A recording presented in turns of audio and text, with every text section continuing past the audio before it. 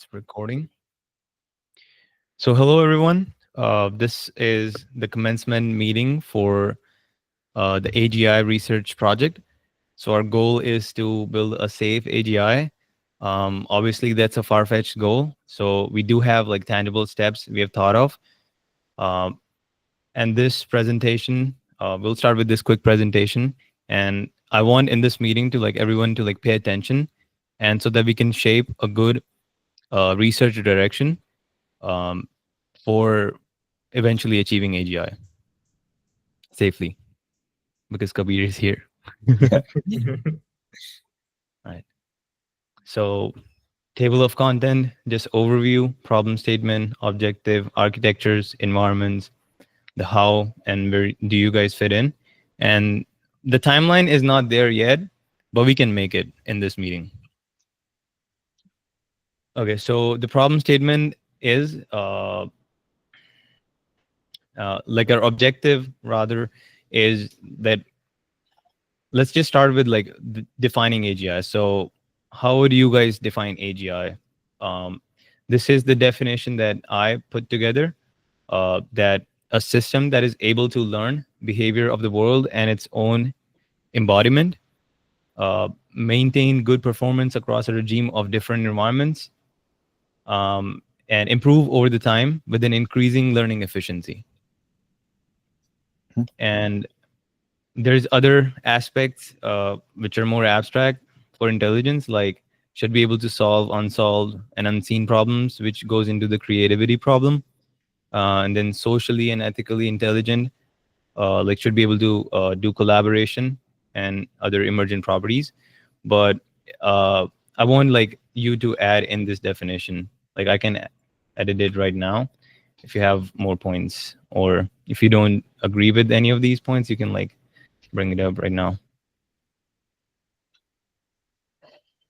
I think if you want to be serious about like it being something that we choose what it is, then we should have a rigorous theoretical understanding of how exactly it's learning what it's learning. It should not be like a total black box to us. Like we should know, like, okay, if we want to learn this thing, then here's how it's actually going to do that. And we should know that what reward is it actually generalizing for, right? We should know that, okay, here's what its actual goals are, and here's how we know that, here's the evidence that we have, and we should have some method of understanding what it's doing. That's what makes sense. Do you want to add this in the AGI definition though? I guess I would add it in the safe AGI definition. In the general AGI thing, I would add able to recreate itself. Yeah, sorry, able to recreate itself. Oh, okay.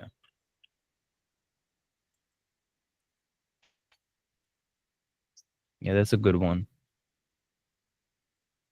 Okay. Any others? Like when we were discussing like the first ever meeting, we were thinking about if an embodied AGI system is able to like complete an engineering task like end to end, like by like staying within that edge device in that embody, like being embodied in that, that could also be called AGI. But again, like there's a lot of room here for error, so let's move on. Let's be more concrete, I guess. So how can we build such a system? I want to like hear ideas from the people present in this meeting.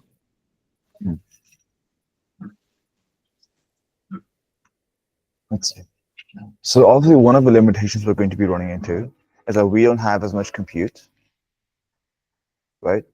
And we likely won't have as much data, so it would have to be more efficient. And I think the way to be more efficient will be to go more hard on the theory, to go more hard on like because I think a large part of like why current stuff takes so much compute is due to not really understanding what is a specific direction to update the model, right? You have to use the data to kind of like, like in an ideal world, you wouldn't even need data, right, to actually update the model's weights. You would actually be able to say, okay, these are what the weights should be. Let's just change the weights to that, Hmm. Yeah, right? true. If Um, if we had a theoretical model that good, we can probably do that. Like physics, yeah, like analytical solutions for those problems. yeah, But like assume for, say that yeah. like today, if I give you like unlimited compute, like how would you start building AGI? I would probably just like have a few thousand different versions of an experiment, like running side by side, um, having a put in like the few, just essentially like run all the different preference optimization methods and run all the different pre-training architectures, and then whilst also simultaneously running different interrupt methods on each of those and seeing which one of those pre-training methods seem to be resulting in the most desirable features, um, and how that correlates with different capability evals, um, and then saying, okay, these like maybe like say like Lambda's kind of dead right now, but like how maybe like something that's Lambda's able to do, maybe we can take like that part of that, identify which part of Lambda is able to result in some desirable thing, and try to combine that with some aspect of transformers, combine that with some aspect of hierarchical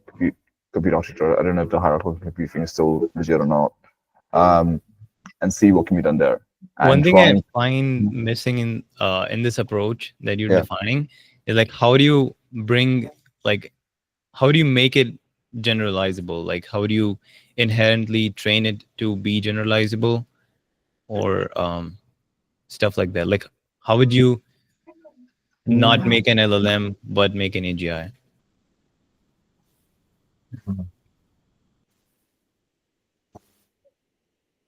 So it'd have to actually be something which can change itself, um, and which can change itself and stay stable. Uh, One of the people here, mm, Ben, he's not here in this meeting, but his PhD in I think computer vision, he did an experiment. Uh, he created a Hebbian sort of training method for test time compute of networks, meaning while the inference is happening, the model can change its own weights uh, without it, like loss calculation. One of the methods like actually included loss functions, but um, he did like 2 or 3 experiments in that GitHub repository. So he was able to create a network which was able to change itself okay. during the test time, inference time. So we have that element right now, but Okay. how would that correlate to the generalizability though? If you can actually do that well, if you can actually do that intelligently without being stable, without being destabilized, maybe there should be like some sort of like core section which doesn't have access to, which actually can't, like this. Maybe like if you can identify which part of it has some important information, um, and those parts should not be changed, and perhaps what's more like in the later layers or something, those are more able to change. But I'm really curious, like, does he have a paper or something like that, or GitHub or something? Yeah, he does have a GitHub. Yeah, it's on Yeah. the embodied AGI channel. Okay. Uh, pretty recent messages. Okay. Yeah. So I have a couple of ideas how we can build AGI, and I wanna discuss those in this presentation. So just one question. Where's the embodied AGI channel? I'm not seeing that in here. It's in the forum. It's in the general forum, if I'm Ah, not okay. wrong. Sorry. Sorry. Yeah. Thank you. Yeah. Okay. Yeah. So our research idea or the research direction so far um, has been thinking about like what is lacking in LLMs other than the training method itself. What properties in the human brain makes it so special? Like um, there's a couple of properties we'll discuss about those. But the idea comes from a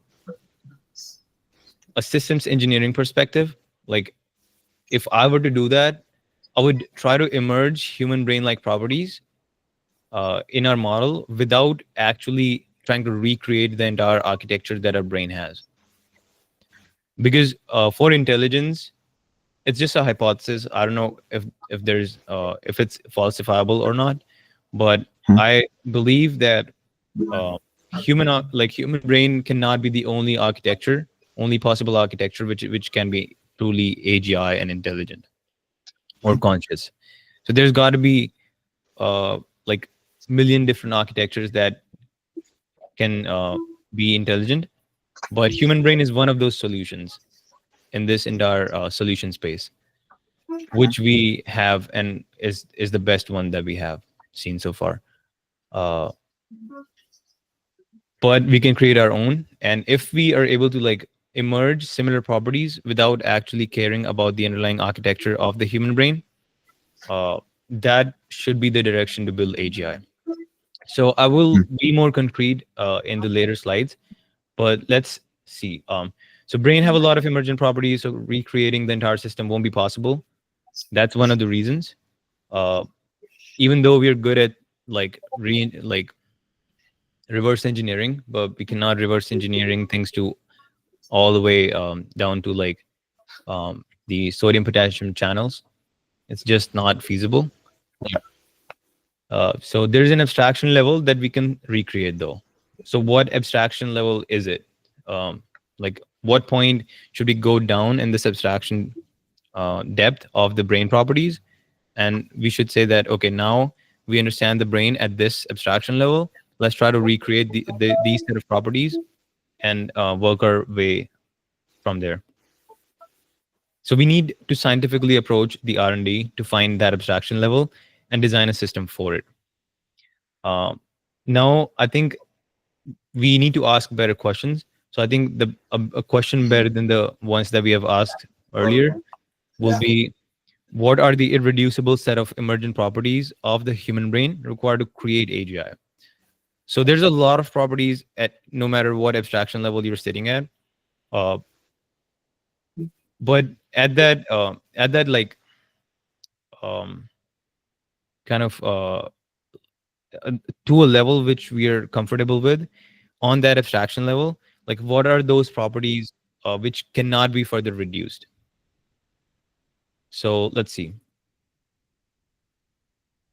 And I also want to talk a little bit about reverse engineering. So if you're reverse engineering a system at a higher abstraction level, if you care about what that system can achieve, for example, say that an energy generation system, you're trying to recreate the higher level results, meaning it is able to create energy, it is able to generate energy.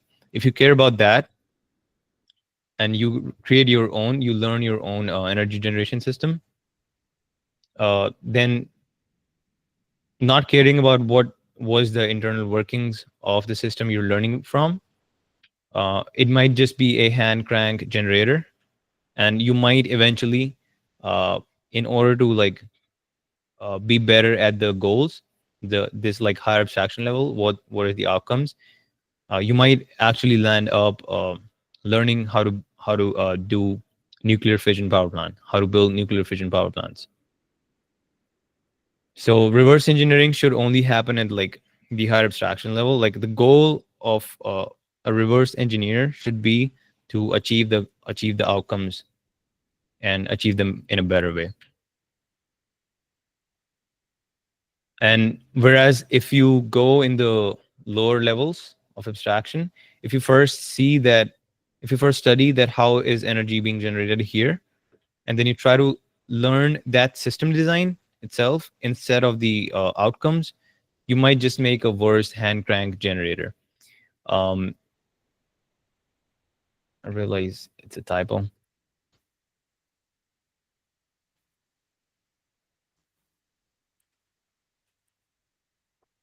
And also, there's this bitter lesson by Richard Sutton. He says that he puts up 4 points. He first says what, like we have to learn the bitter lesson that building in how we think we think is typed twice for some reason. Yeah. Does not work in the long run. Um, so he puts up 4 points. Let's read them one by one. So first is AI researchers have often tried to build knowledge into their agents. Um, this always helps in the short term and is personally satisfying to a researcher. But in the long run, it plateaus and even inhibits further progress. And breakthrough progress eventually arrives by opposing approach based on scaling computation by search and learning. So he's saying that we're not good designers. We shouldn't try to put knowledge in our system like forcefully or like by our design, but we should just try to figure out ways in which we can put computation, like we can scale the computation going like running in the inference or the training by search and learning. That's the bitter lesson that we're not good designers. Okay, so let's see. So the critical properties of the human brain that you cannot further reduce in order to create AGI are somewhat these. Obviously, like I'm not a neuroscientist, uh, so don't take this with like, don't quote me on this, but these are the most important ones. Some of the most important ones. So first is world modeling, the ability of human brain to learn about the behavior of the world at different abstraction layers. It's also called hierarchical world modeling. Um, Enough for like qualitative predictability of what's going to happen. So, for example, if you're playing basketball and you just like let's say you want to score, your brain will be like able to kind of predict if you know a if you know an like opposing team, you might know some of the players' behavior. That hey, this player like dashes at me and like blocks my shot, so I got to pass. But if that defender is not coming at me, if the other defender is coming at me, I can like probably dribble him, dodge past him, stuff like that. So you have like a world model which keeps evolving, and it is built on different abstraction layers, different abstract representations of the world. That's the first key important thing that we must have in the model that if we want to build AGI. The second one is the ability to simulate using that world model mentally.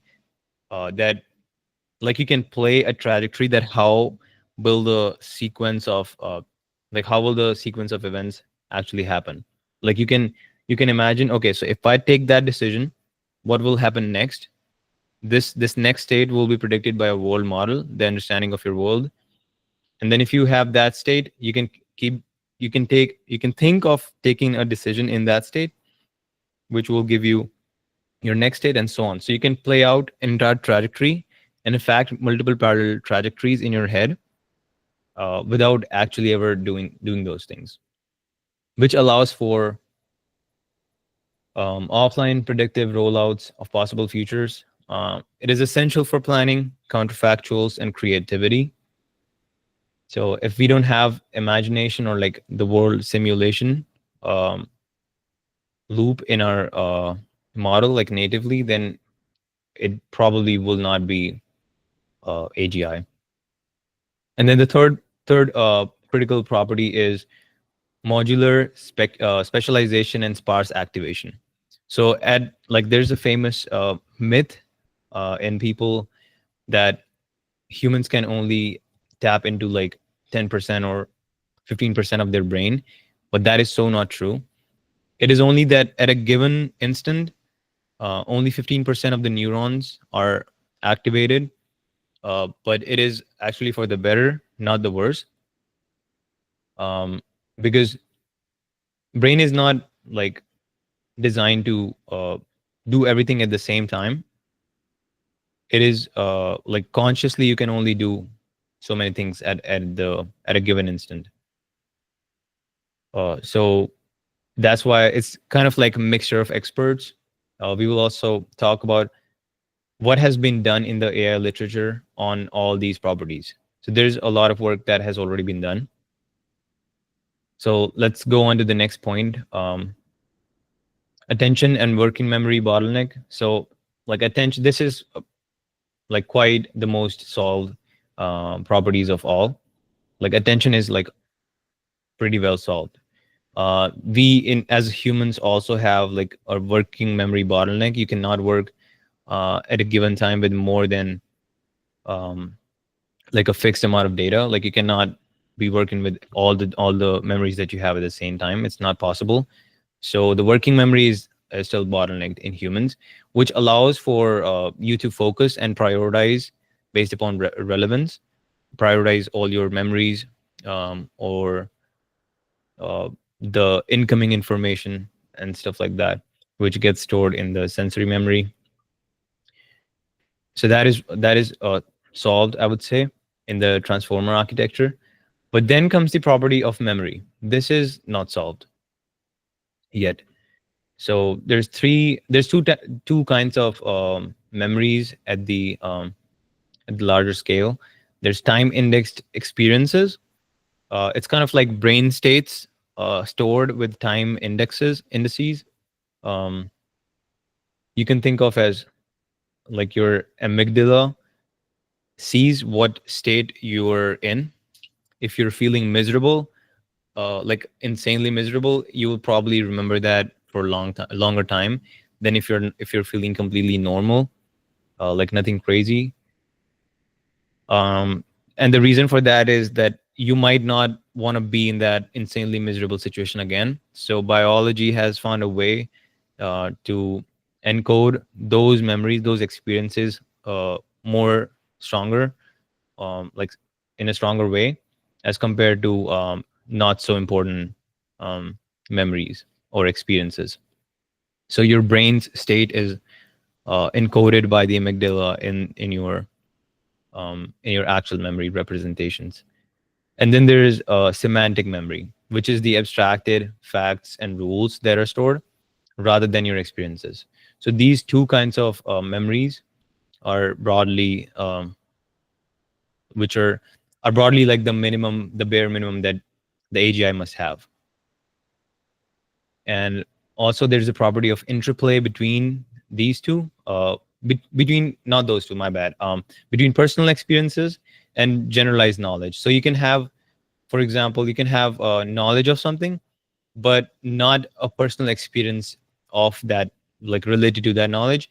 But you can extend somehow your existing set of personal experiences. You can think, you can be creative, that okay, how would I feel if that happened to me? You can kind of get a sense of it, even if that has never happened to you, if you have rich personal experience, obviously. Like a blind person who's blind from the birth can never imagine like why will an airplane like look smaller when it's like further away. A blind person could never tell that, could never imagine that, because they don't have enough set of personal experiences to kind of extrapolate it to all the way. And why it matters for context recall, grounding decisions in history, creativity via recombination, and so on. And there's also additional properties besides those ones. For example, sensory motor grounding. It gives the embodied AI like instant feedback loops, which prevents like purely symbolic hallucination. If you have just a thinking model, it might hallucinate. It might, if there's no tight feedback loop, and without a sensory motor grounding, I cannot think of a way which will give you instant feedback loop. Say that you're like you're going crazy in your head, like you're being crazy creative and stuff like that. That hey, what if I walk like that? Like you will fall down on your face, and then you will realize, oh, okay, so that is not probably the way I can walk. So like instant uh, like reinforcement from your environment is only possible if you're actually embodied and if you have a sensory motor grounding. And then comes the meta learning. It's about learning how to learn. For example, those approaches that Ben in our server worked on, where he was able to, at the test time compute, update the weights of the model. It's also called second order generalization across domains, and it allows for rapid skill transfer and efficiency. So this is a pretty big one, meta learning. I personally do not know a lot about it. I just like looked up for meta learning when Ben mentioned it, but before that, like I never spent time on it. And then there's like the notion of like yourself, that are you aware of your own self, uh, which comes in the theory of mind. Um, make the agent learn to predict its own internal states. Okay, so how can this be achieved? Like, how can you make a model like be aware of its own self?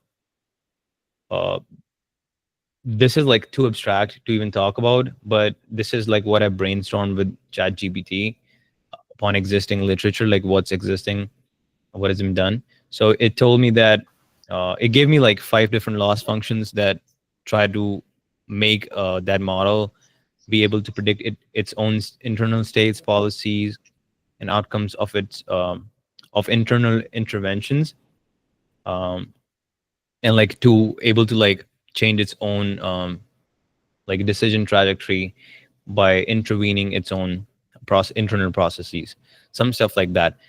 It told me that if we allow these things, these properties, then it will be actually self-aware eventually as an emergent property, which is very wild to learn about. But like all these things are just ideas right now. We as a team are here to experiment and like take things scientifically forward. Yeah, and there's a lot of other properties. We cannot cover all of them. And let's translate all that, like all those important ones, into today's AI literature. So what has been done so far? Um, I was talking about mixture of experts. So in LLMs, for example, there's probably like 700 billion parameter models that are out there. But when you give a prompt, not all 700 billion parameters are active to produce a single token. Only say 30 billion out of those 700 billion are actually active, because the model's decoder is actually divided into models decoders MLP block is divided into mixture of experts. That is how it was done in the DeepSeek. Um, and what happens then is like your token generation request through the decoder gets routed to one of the experts, and rather than using the whole entire network, you only use a part of it, which is exactly what kind of happens in our own brain. Only 10 to 15% of the brain, so neuron is like neurons are active at a given instant. That is the sparse activation. And modularity just talks about like how do you route, like how is the routing happening dynamically. So that was the third point. Let's come back to the first one. So world modeling, we already have pretty good world models at this point.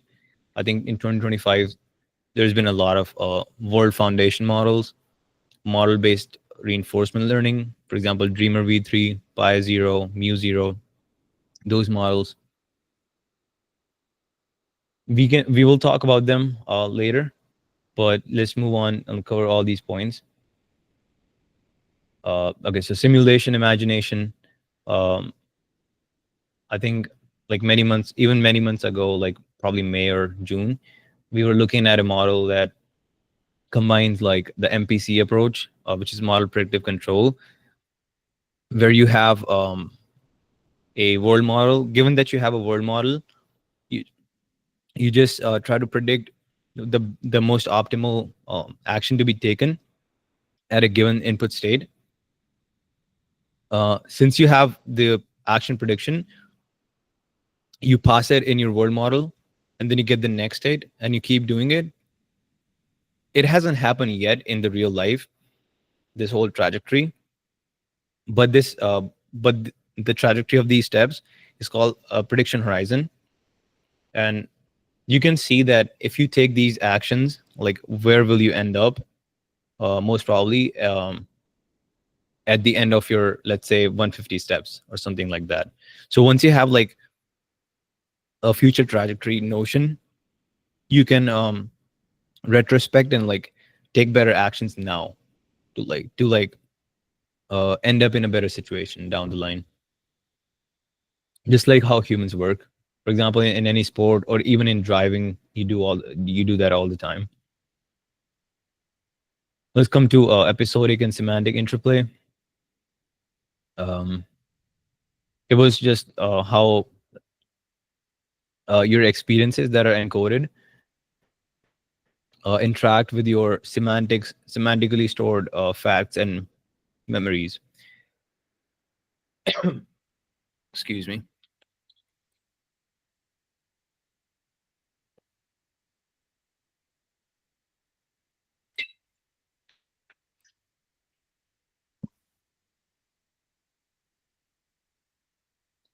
Okay.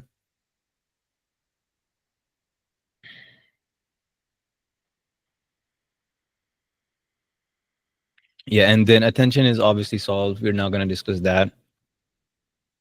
Self model and introspection. I'm not expert on this. I just learned about it like this morning. Plasticity and consolidation. This kind of comes from like the meta learning approach that we were talking about. And there's also a concept of catastrophic forgetting. We will discuss about this later on, but this is very important. And even in humans, there's mechanisms, like in human brains, there's mechanisms where actively those neural connections are broken. Those synapses are broken, which are not used. If you're basically not using a synapse, sim- that simply means that they're useless. Those connections do not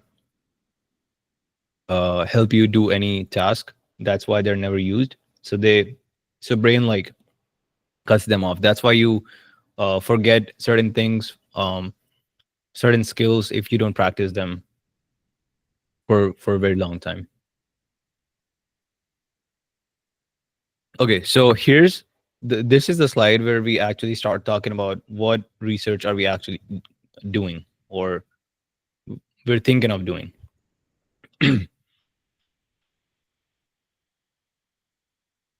By the way, like before I jump into this, do you have like anything like that you want to contribute or like say?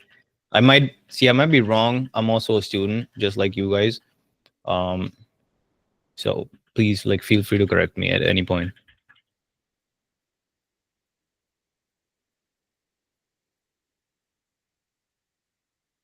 Also, I'll share these slides in chat.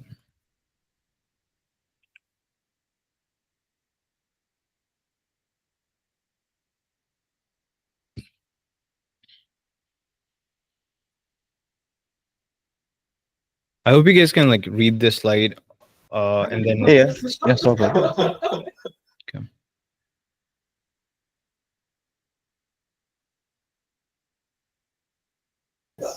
Do you have plans on like how to get the computer and stuff for this?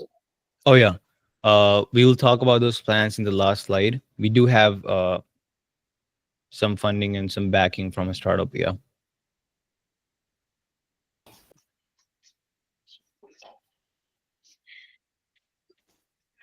I want you to read this slide and then let's discuss about it.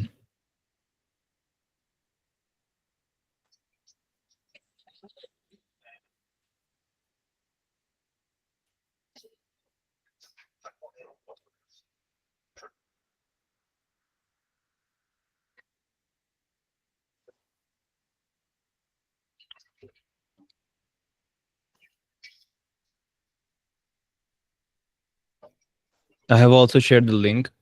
If you guys want to see previous slides, you can like open the link from the chat and read certain points. But let's talk about, so what do we want to start with? So the first question that I wanted to ask is, what architecture should we bet on? So I think this question is a little bit wrong because the AGI architecture ideally will be some sort of hybrid architecture. Mhm.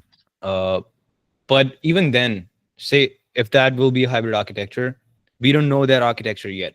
So how do we? So what is the next step that we can take to in order to like reach there? The next step is to like learn things that probably nobody have ever learned, which is the point of the research. So to learn like the theoretical part, for example, what Kabir was also proposing, that we should have like theoretical like grounding so solid that we actually do understand what's going on. So we should have like pretty good intuition as well as like um, theorize um, in rigorous mathematics, if Mhm. you would. We can also use that theory to try to make a few different like optimization methods and see, okay, I think something else that we should do as well is also like I think a lot of plans predict people say like, oh, we think that this theory leads to this thing means this thing will work. And then you go, oh, this thing works, so therefore our theory is correct. I think we should also predict like, okay, because of this theory, we think this other approach won't work, right? And we should also test that and make sure that our theory actually is correct. Um, because like I think we're like in a bit of a weird situation where like a lot of stuff works. And so we can like be like in this like false state of confidence where you think that because what we predicted would work works, um, that we think we know like how it's happening, when we might not. Right, that is true. Yeah, that's a good point. I would say we can like do a lot of experiments from here, Mm, and some things might or might not work. And since we don't have the theoretical like the axioms to start with, we will not be able to build things mm, rigorously, and we might have some misconception mm, at some point of the stack, and the results at the upper levels of the stack might not even be fully understood, and like it might just be like a misleading research direction. mm. I agree with that. And so me and VJ and Keshav and there's one other guy. Where's the profiles? Uh, I think he's not. Oh, Kosub. So we were discussing about like the next thing we should do right now is just compare all these SOTA architectures, I mean state of the art architectures, in a suite of very like highly varying or like diverse suite of simulation environments. Mhm, That hey, if we give a fair chance to a transformer architecture, and if we mhm, give a like the fair chance also to CTM architecture. CTM mhm, is it stands for continuous think thought machines, which was published in this June or July 2025, pretty recent. So the best thing that people have made with it was in the paper, in the original paper of the CTM itself. They just built an image classification. So the world like still do not know like what potential does that model hold. But Carter Hensley, he's my friend. He's doing PhD in at the intersection of geometry and neuroscience. He told me that um, uh, transformers lack the temporal lobe, and but CTMs have that temporal lobe. So you can think of temporal lobe as if you go back, episodic memory. Episodic memory also have like different divisions in that, different classifications in that. One of which is sensory memory. So sensory memory is what you use to filter out the incoming information stream. That hey, this is use. Excuse me. This is useless, and this is let's keep this. This should be important. So it is used to guide your attention in the real time. So CTMs can do that, but transformers cannot do it.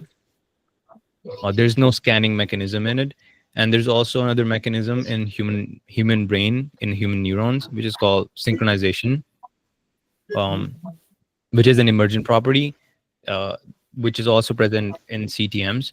So like he was saying like he was rooting for CTMs like quite hard. So I was also convinced from my own readings that let's give it a shot. So we want to compare like how will transformer architecture actually compete with the CTM architecture in a simulation environment. If we train like similar sized models from scratch, and we're gonna do vision action models, so no notion of language, because we know like the speciality of transform models is the language. So we want to do input as vision and output as actions taken in those simulation environments. And there will be not just one simulation environment, but there will be a lot of different simulation environments. For example, this is the list that we narrowed down to. Some of the environments are just single player environments, meaning there's only one agent that can take actions. For example, DeepMind Control Suite have some of those. For example, they have Bring Ball, Swimmer 6 links. There's another game called QWOP where you control a runner's legs and you press them in the sync to make it run fast. And then there's Spy Bullet Drone. This is a pretty serious simulation environment where you can see your like a bunch of drones, either a swarm of drones or just a single drone, and you have to like maybe like run through a track or something like that. And then there's multi-agent environments, a lot of them. DeepMind Control Suite has a soccer environment, petting zoo, chess, or Go. We can do either of or both of them. And then there's Atari games like ice hockey, combat plane. So all these simulation environment, they differ a lot from each other. For example, if you learn how to fly a drone by controlling the quadcopters, like the thrust on, maybe not the thrust, maybe just the torque on propellers of all four motors of the quadcopter, you might struggle a lot in playing chess. You know, they're so different from each other. So this will be a fair test to compare like different architectures. And the way we want to compare these architectures is not that okay, so which one performed the best for a given size. We don't want to do that. Our goal is to we will probably start a training sequence, something like we train on, let's say, Bring Ball. We train all the models on Bring Ball for all the architectures. And then we train it on, for example, Petting Zoo. Now we will go back and see how much like after this training, all the weights will change. So this skill, which was learned previously, will get affected. We want to see how much worse is it performing, is the different architectures performing at the Bring Ball, which was trained earlier, and how does this forgetting of the previous skills, how does this forgetting scales as the number of parameters scale across different architectures. That's our main goal. This will be the ultimate like benchmarking of generalization. um, this might be faulty or might not be faulty. That is the purpose of today's meeting. We want to like set a good research direction. And I looked up quite a lot even before this meeting, that what work has been done so far.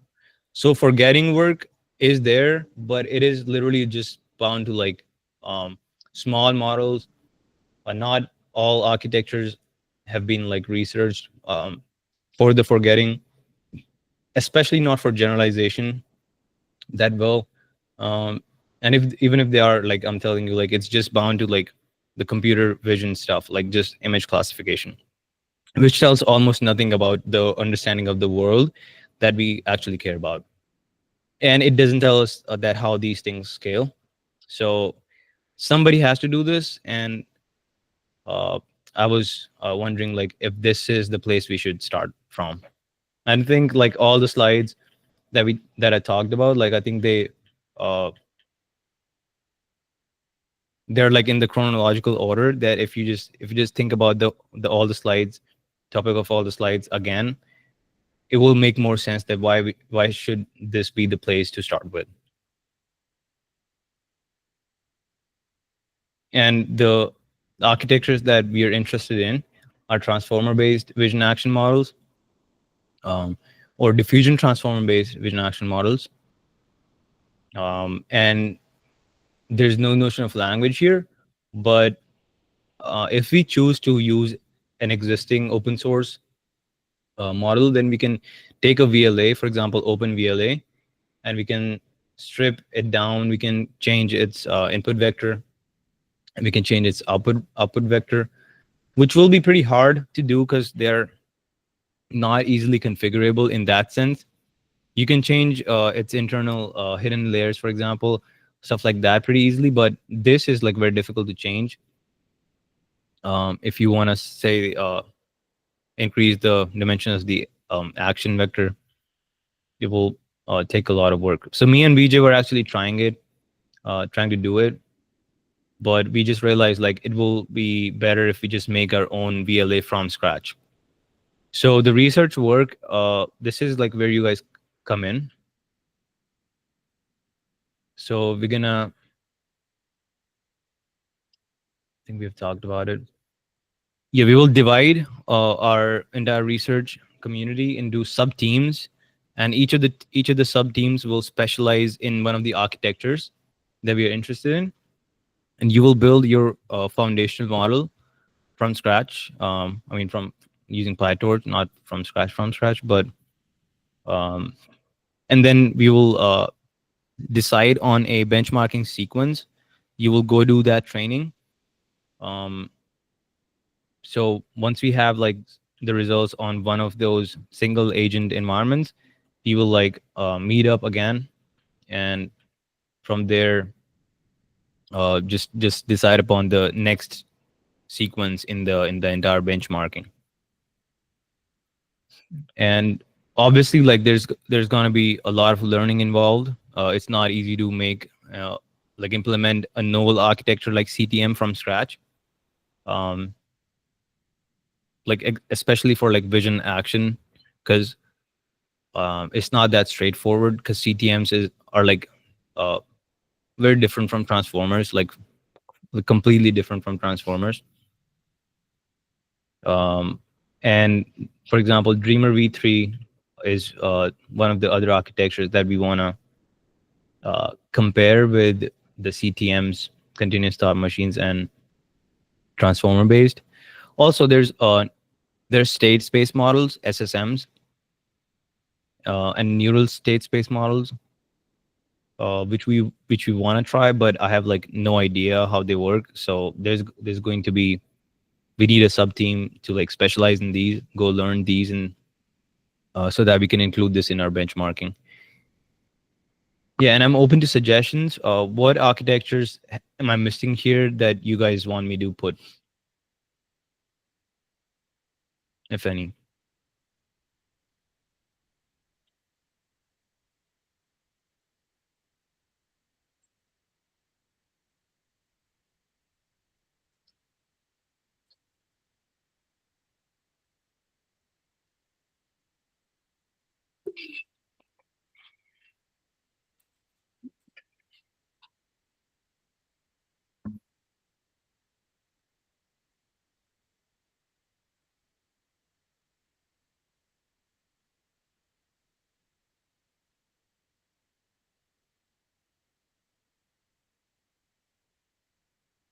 And after that, the last slide is covering like what resources can we offer. Uh, so there's a startup, like Keshav is the co-founder and CEO. He's founder and CEO of Zero Lumen Labs. He's present in the meeting. Um, so he's ready to provide us with some resources. We can get up to 25,000, uh, even up to $50,000 compute hours for H100. Um, and AWS, 10 to 25K dollars. So overall, like we can scale our compute as more compute is required. What we have right now is, correct me if I'm wrong, Keshav. What we have right now is 20 to 25K compute hours on the H100, provided by IOTA official compute program.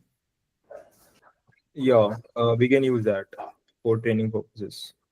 Right.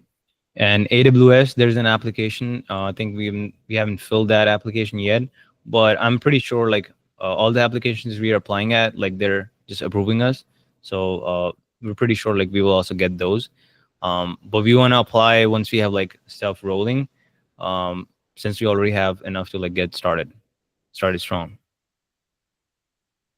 And also there's outreach opportunities. Keshav has pretty good connection in Japan, uh, so he can like get us connected with different labs. There's Matsuo San Lab in University of Tokyo, um, through Jetro partnership, and you can read like this stuff on the slide. So I'm not gonna just read it out, but yeah, we can also manage our entire research work on the Google Workspace, or Atlassian Suite, which provides their own Zoom-like meeting, like meeting platform, and we can also use Jira to create tickets and stuff like that. Their own Bitbucket, yeah. So all those resources are there, um, and we have a research direction, which I know like it could be overwhelming.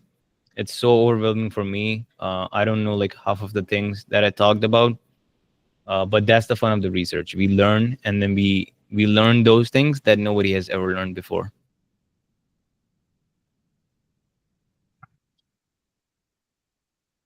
I have a question. Yeah. So let's say that like we have like for example for me I have understanding of like um regular machine learning, right? I haven't gone to like deep learning or reinforcement learning. Will there still be like let's say like I'm still trying to learn reinforcement learning. Let's say I'm still in the learning process. Even in that process, could it be possible I can still contribute to this project? And definitely there is a lot of manual work is like needed in this. Like a lot of helping hands are required. You can set up simulation environments. You can configure them for action outputs. I can think of a lot of things on the top of my head, but I'm pretty sure like from my past experience in working in projects, like there's a lot of helping hands that are needed. More helping hands are like never bad. And the main goal of the community, the Discord server, was to learn. So there's like a split of channels. Like half the channels are dedicated to learning, and other half is for the AGI research. Um, so you can keep learning, and you can keep helping us in the research project, because it's not just about going out there and like trying new things. It's also about like setting the old things up. Go take a look at the like one of the techniques and try to recreate those technique that technique in your own notebook, and try to play with and like try to extend what they have already done. And chat GPT and like LLMs can like help you in that, in like getting set up, and we need a human copilot to actually do that. Thanks. Hey, but Hello. uh, I was saying that in the current architecture section, you just Yeah. take the suggestions. Like we can add the graphical neural network and the agentic framework also. And uh, I don't know about graph neural networks actually. I've never looked into them, Mhm. uh, but if you say so, I can add them. Yeah, I don't know if it'd be relevant here just because of like the innate structure of like the inputs of graph neural networks. Like they inherently need a graph structure. I mean, if you were to like want to develop your own representation of like the environment or you know action history as that could be interesting. I Oh, guess what it says, like it can shows us like the social interaction and physical interaction in the AGI model to the world model using the graphical neural network.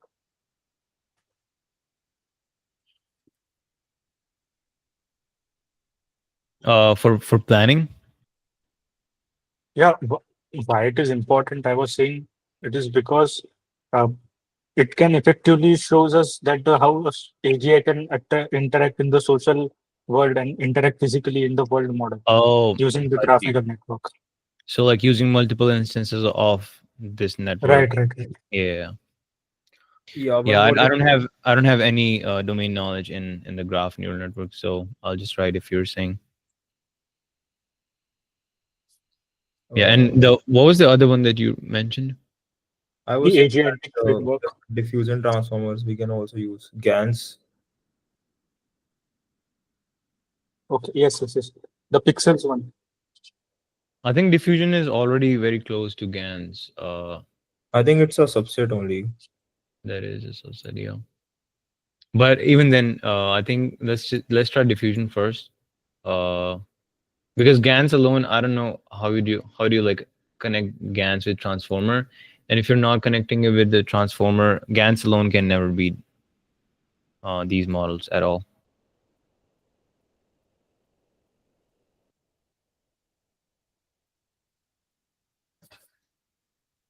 Okay, so you mentioned graph neural networks, and then you said um, Agentic frameworks. agent. Yeah, what do you mean by agentic framework? So basically, it is a kind of a framework that uses large language or vision model as its brain, but it's wrapped in a loop that allows for planning tools, use, and memories. No, Instead but of just giving answers, an agent that is can break down complex goals into yeah. steps. You are referring to a scheduling, no? So it will schedule from the planning to the operation purpose, just like Yeah. a DAG scheduler. See, this is not a language model, so But there's no orchestration. mhm. So there's no agents that we are creating in the sense of LLM agents. But it can autonomously solve problems. No, but I think you're missing the point of the research. Point of the research is to compare the architectures for these environments. Okay. Okay. Yeah. Varun, I think we can discuss on how can we make different teams. Oh yeah. Uh, So for that, I think everyone can like just say which all architectures are they familiar on and have they worked on, so that yeah. we can decide how to make the meet and match the time for that. True. So I have recently gained expertise in transformers. So I will be happy to work for in this sub team that is leading the transformer based vision action models. Or I also have read like thoroughly the CTM's architecture, so I can either work on that one. Yeah, so that's the two things that I can work with. I've also read the Mu Zero paper actually, and a little bit about Dreamer v3. Um, yeah, and I know the theoretical basics of model-based reinforcement learning. Yeah, that's about it. And the another thing is, so one thing is just the architecture. The other thing is how are you training them? So um, we haven't really like thought about what algorithms like should we use one single reinforcement learning based algorithm for all the model architectures, or how should it really proceed? So we haven't discussed that yet. We are still in very early stage right now. Unless you guys have any inputs for that, we can discuss it maybe in the next meeting. But let's make subgroups or Yeah, I'm sharing a spreadsheet. I'm making a spreadsheet right now.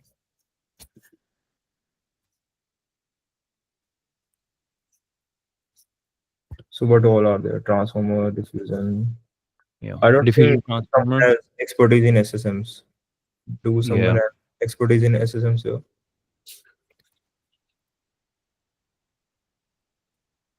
Or Hello, good morning. So regarding the sub teams, I'm a bit new to AI research. I did some, I just started learning some RL research in the summer, but regarding architecture, I'm currently learning about transformers, so I guess that would be an area of the sub team I might want to join. Okay. Yeah. So can you add his name in the transformer too? Yeah. I can also work with transformers.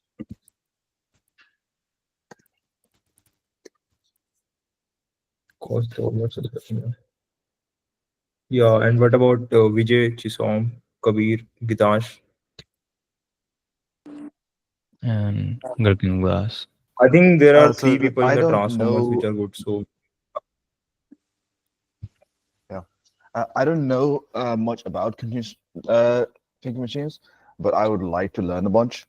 So if it's okay with like someone who's just going to be learning as he picks up, then I'll be interested in joining the continuous thinking machines group. sure. Cool.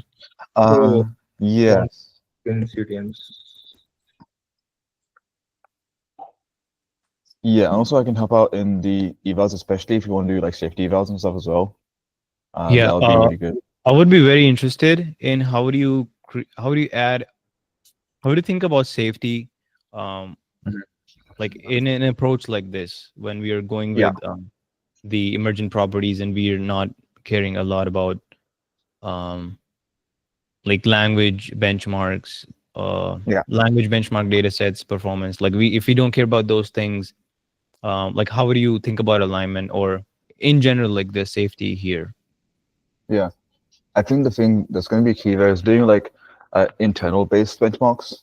Like some like interpretability based benchmarks there, and trying to also do like more like thinking like what is this actually optimizing for? Can we test what it's optimizing for? Because I think that's also going to be a big thing in efficiency as well, right? If we're trying to like, if we're constantly trying to get the model to optimize for something and it's optimizing for something else, that's just like not good for research for actual like efficiency. Um, so yeah, we want to know like it's actually optimizing for the things that you wanted to optimize for. So Yeah, we I can. think it's very Mm. hard to like pinpoint what to optimize for. It will be in an embodied framework. I think there will be a very complicated reward modeling happening, Mhm. which we haven't thought about yet. So we're not quite there to the AGI Yeah. yet, but we do know like what properties and what architectural research that we want to start with. We don't know about the actual training of the ideal architecture. Even if we had that ideal architecture today, like right now, I don't know how can we like actually train it. So that is like the phase 2 of our whole AGI research efforts. The phase 1 that is right now, which are the tangible steps that we can take, is benchmarking and knowing which architecture is the most generalizable architecture. And one aspect that I think I forgot to like talk about here in the slides was um, that I just had it in my mind and now like I'm kind of blanked. Wait a second.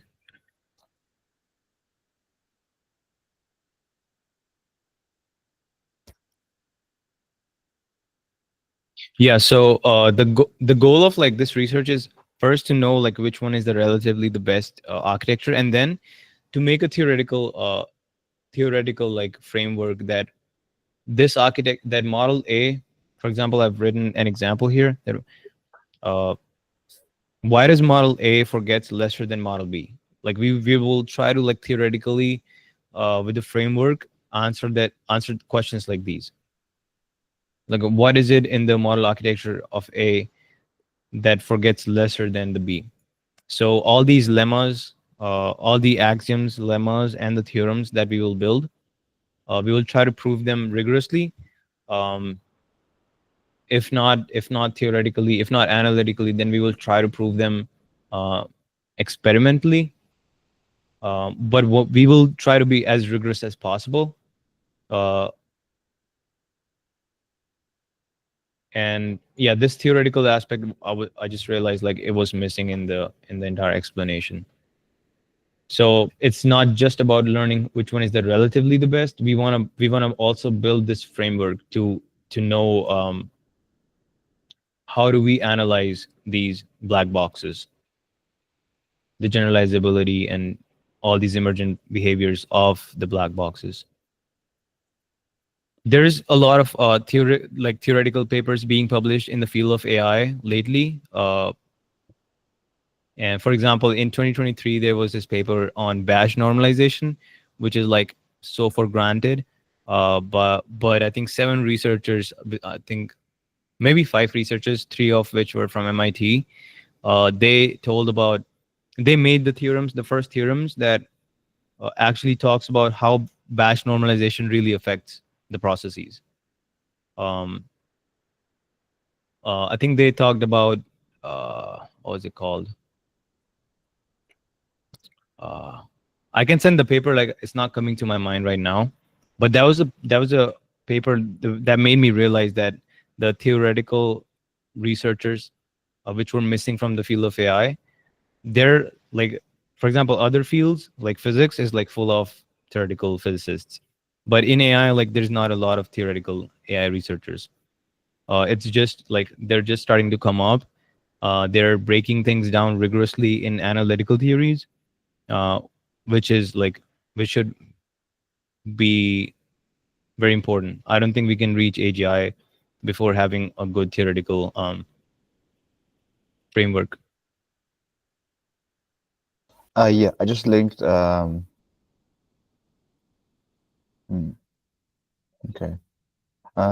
Yeah, I think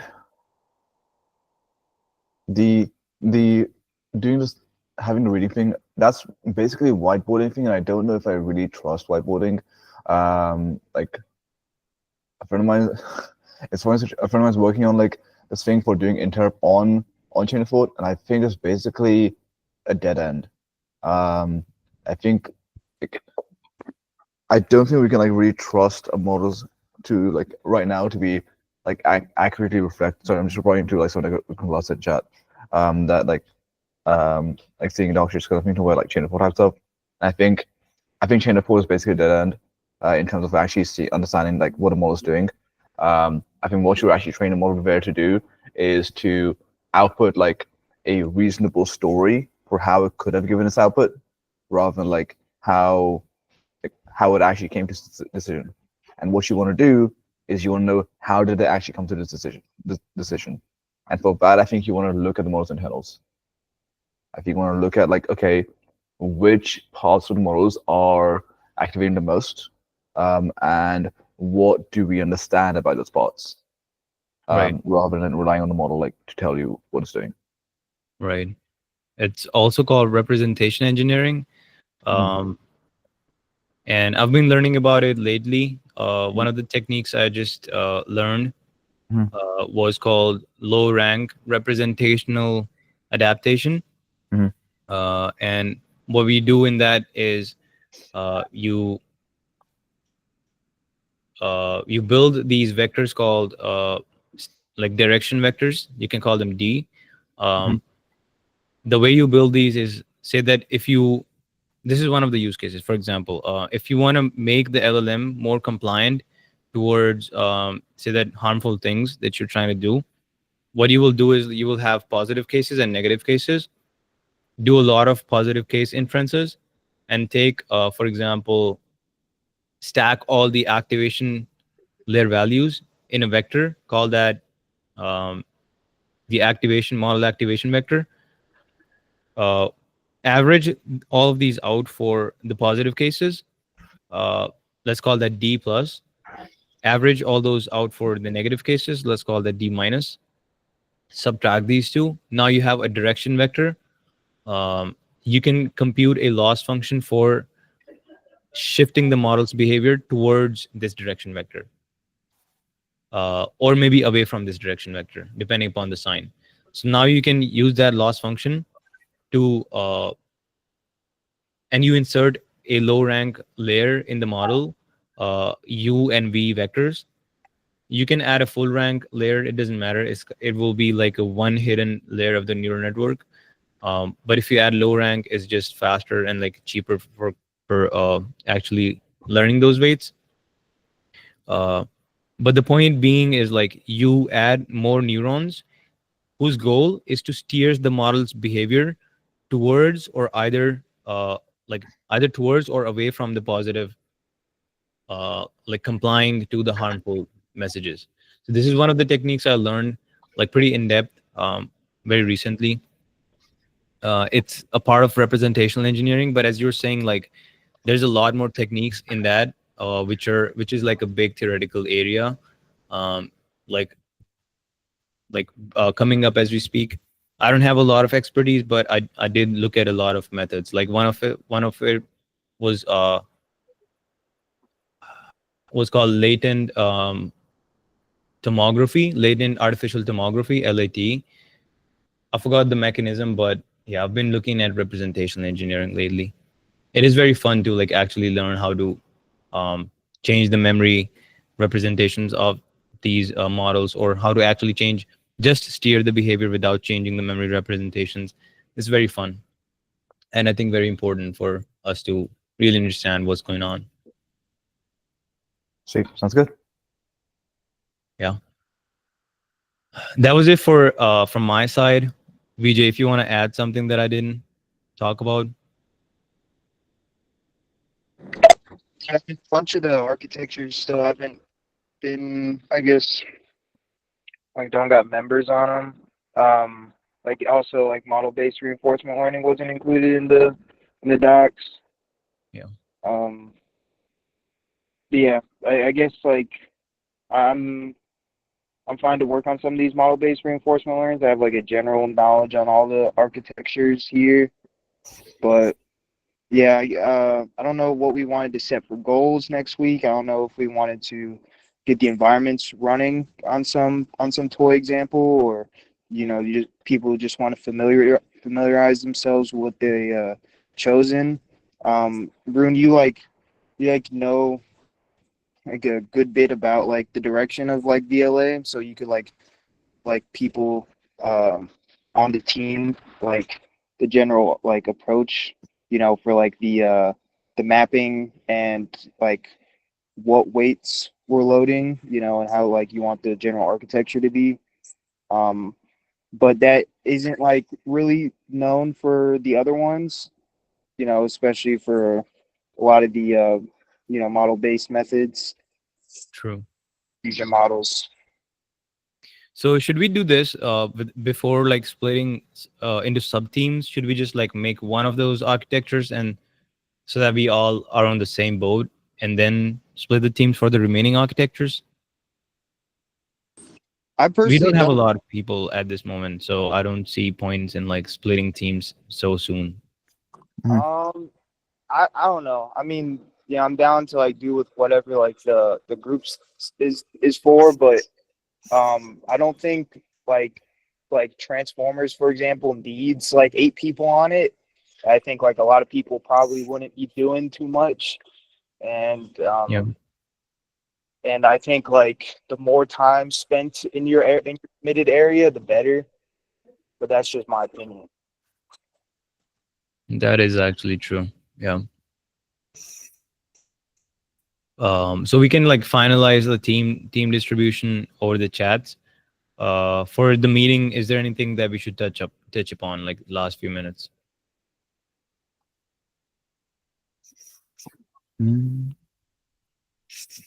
Oh, I want to touch upon something. I just realized. Just give me 1 second. I'll pull up that. Damn, the sun is pretty bright. Oh, just one thing, by the way. Is there any thoughts on like what kind of like product or something to make, or is it just? Sorry. Is there any thoughts or plans for like what kind of product to make from this?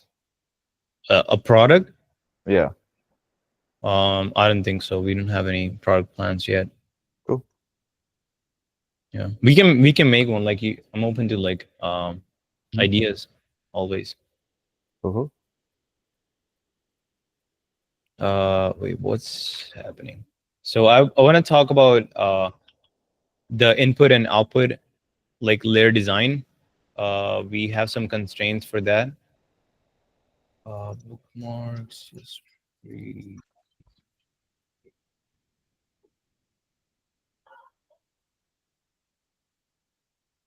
right there.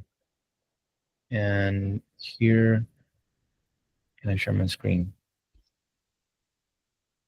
I'm also going to share the link for this to other people. So this is a notebook you can open in any browser.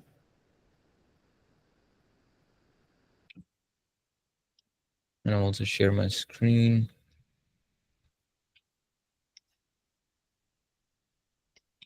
Okay, so also let me go to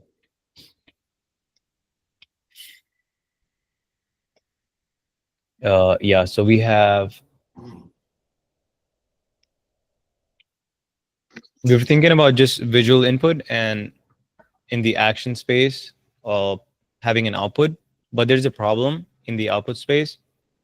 Different environments have like different dimensional action vectors. So one of the techniques we can do is just concatenate all of them and have like special output heads sort of, but it will waste a lot of computation, and it will just expand. It will not be really a generalizability test if we have like different specialized regions for the output.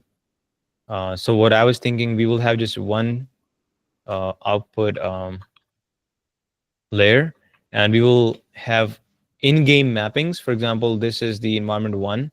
We will make like in-game mapping that maps this whole, for example, let's say 10-dimensional vector to just 3-dimensional action vector. And for example, in this game, it might be 5-dimensional action vector. In this, it might be 7, something like that.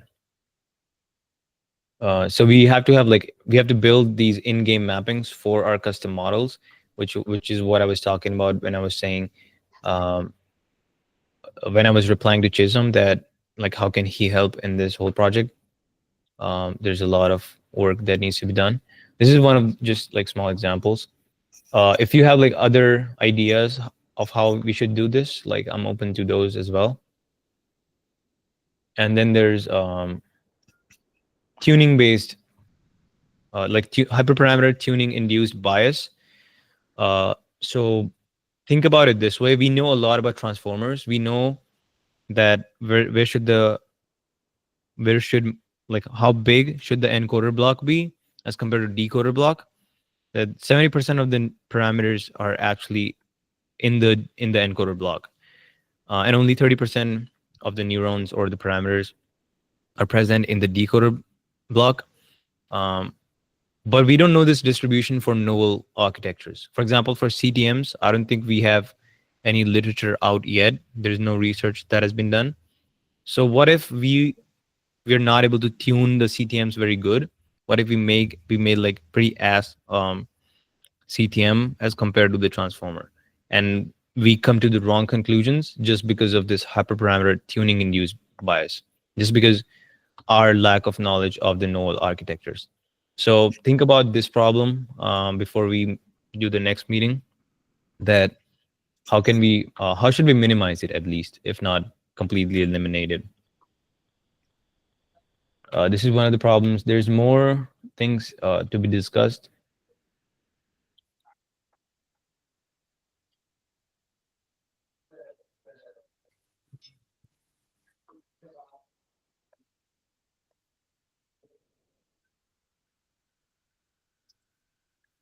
Yeah, this was like me and Vijay discussing a while back ago. Oops.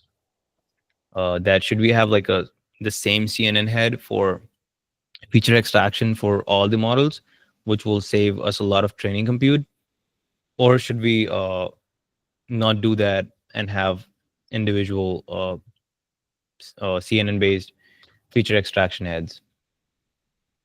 Because feature extraction head for CTMs might be a little different inherently as compared to transformers, because they guide their own attention in real time. So there needs to be like some scanning type of method going on. But I don't know like how will that actually play out. Cannot really think through, but it's just one of the things to think about. Mhm. And I think yeah, I was gonna say, I think it could be good to just like test and see, right? Yeah, those tests will also cost us some stuff, so we have to like plan out, and like we have to like make the best out of for the money that we are spending. Gotcha. Yeah. Feel free to like add things here in this whiteboard. This is like a shared space. So We have like we were discussing about transformers here. Feel free to like look at these diagrams. They're sounds good. yeah. Yeah, I guess the training sequence is pretty hard to decide that where should we start the training from, what should the first model and the first environment should be, and like the entire sequence. I guess like it will get more clear as we make progress from here. Sounds good. Yeah. That was it for the meeting. I have the link for the whiteboard in the chat, so you can save this as maybe a bookmark or something. It is also on our Discord server. So also I want to give maybe a walkthrough, or maybe not a walkthrough, just so I've made these new channels here in the server, AGI research channels. So in the research forum, there's no post made yet, but I would make it.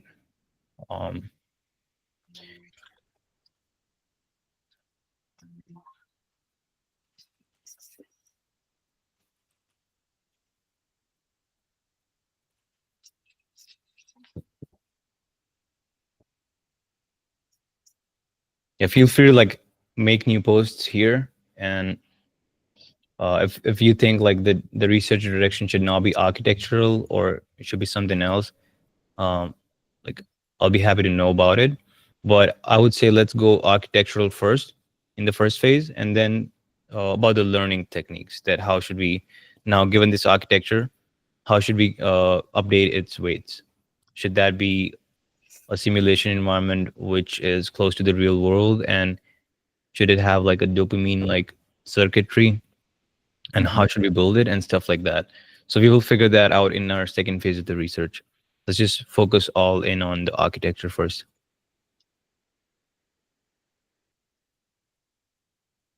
That was it. Sounds good. Also about like weekly meetings or bi-weekly meetings, I feel like we should at least do a bi-weekly meeting in the worst case. In an ideal case, we should do like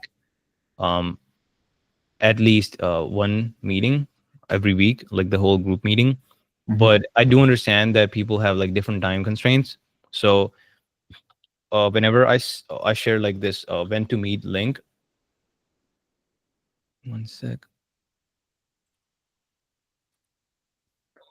So that I want to create, or I already have the submission from the last one. I'll just open that. Meeting availability. So feel free to like say that I'm not available in this time frame, but these people are, all these people are. So feel free to like just contact these people and just like organize your own sub meetings. The entire group does not need to meet 3 times a week, but the subgroups probably should meet more than once a week in order to make any sort of progress. Yeah, that was my only request. I think it's very important for us to increase the meeting frequency. It could be the subgroup, could be the bigger group. Yeah. Sounds great. Excellent. Yeah, I think like when it comes to time for like product and stuff, and we should like think about like what do we actually want the model to do? Like, you know, if we actually do succeed, what does that actually mean? Like what do you actually want to do with AGI? And how do you actually make sure, you know, we're actually going to be doing it safely? Like, I know I'm like the safety guy and stuff, but like, so I do think it's actually going to be important for us. True. Yeah. I think we are far from AGI, so I think Yeah. the fear should still be there, obviously. Like, but we're not even talking about training. It's just talking about like what architecture and theoretical framework to build. Yeah. in the Makes sense. phase one. Yeah. Makes sense. Sweet. Thanks so much. I hope you have a good one. Cheers. I'll be signing off. Cheers, guys. Take care. You too.